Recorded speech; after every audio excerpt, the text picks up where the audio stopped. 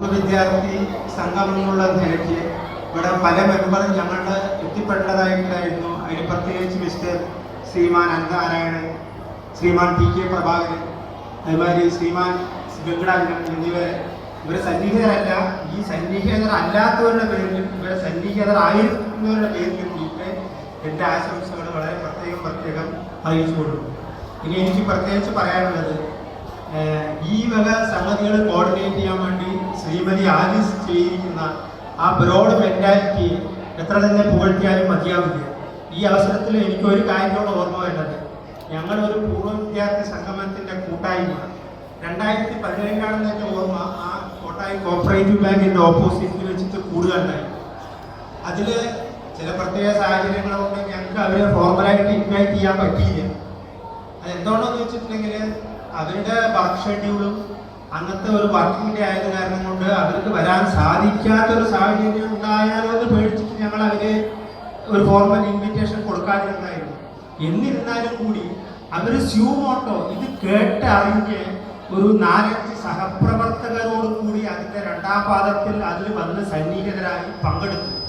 അതിൽ ശ്രീമതി ആലീസ് ഞങ്ങളോട് റിക്വസ്റ്റ് ചെയ്യാണ്ടായി, എന്തെങ്കിലും ഒരു സാമ്പത്തിക സഹായം നമ്മുടെ പൂർവ്വ വിദ്യാർത്ഥിയുടെ വഴിക്ക് വരികയാണെന്നുണ്ടെങ്കിൽ വളരെ ഉപകാരമായിരുന്നു. അതിനോടനുബന്ധിച്ച് ഞങ്ങൾ ഒരു 1 ലക്ഷം ഉൾപ്പെടെ ഒരു അനുദാനം ഹെഡ് മിസ്ട്രസിൻ്റെ കൊടുക്കുകയുണ്ടായി. ഇത് പേപ്പറിലൊക്കെ വന്നൊരു കാര്യമാണ്.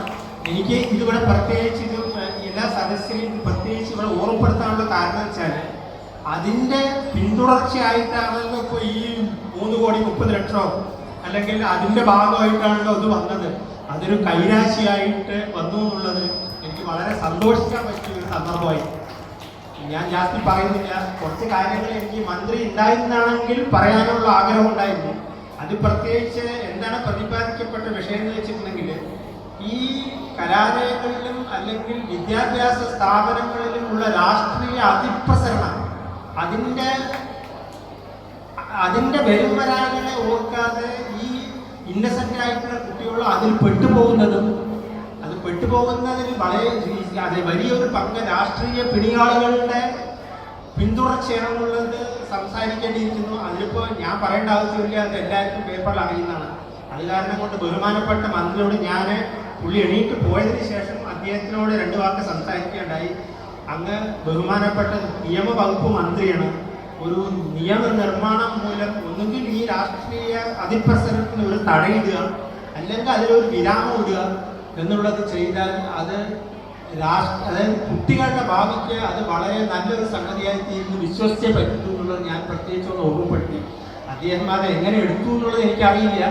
പക്ഷേ അതായത് ഒരു വിദ്യാർത്ഥിയെ ഒരു കലാലയത്തിലേക്കോ ഒരു സ്കൂളിലേക്കോ അല്ലെങ്കിൽ ഒരു ഉന്നത വിദ്യാഭ്യാസത്തിൻ്റെ ഒരു സ്ഥാപനത്തിലേക്കോ അയക്കുമ്പോൾ ആ രക്ഷകർത്താക്കൾക്ക് അല്ലെങ്കിൽ ആ അമ്മയ്ക്കും അച്ഛനും അവരിൽ നിന്ന് വളരെ പ്രതീക്ഷകളുണ്ട്.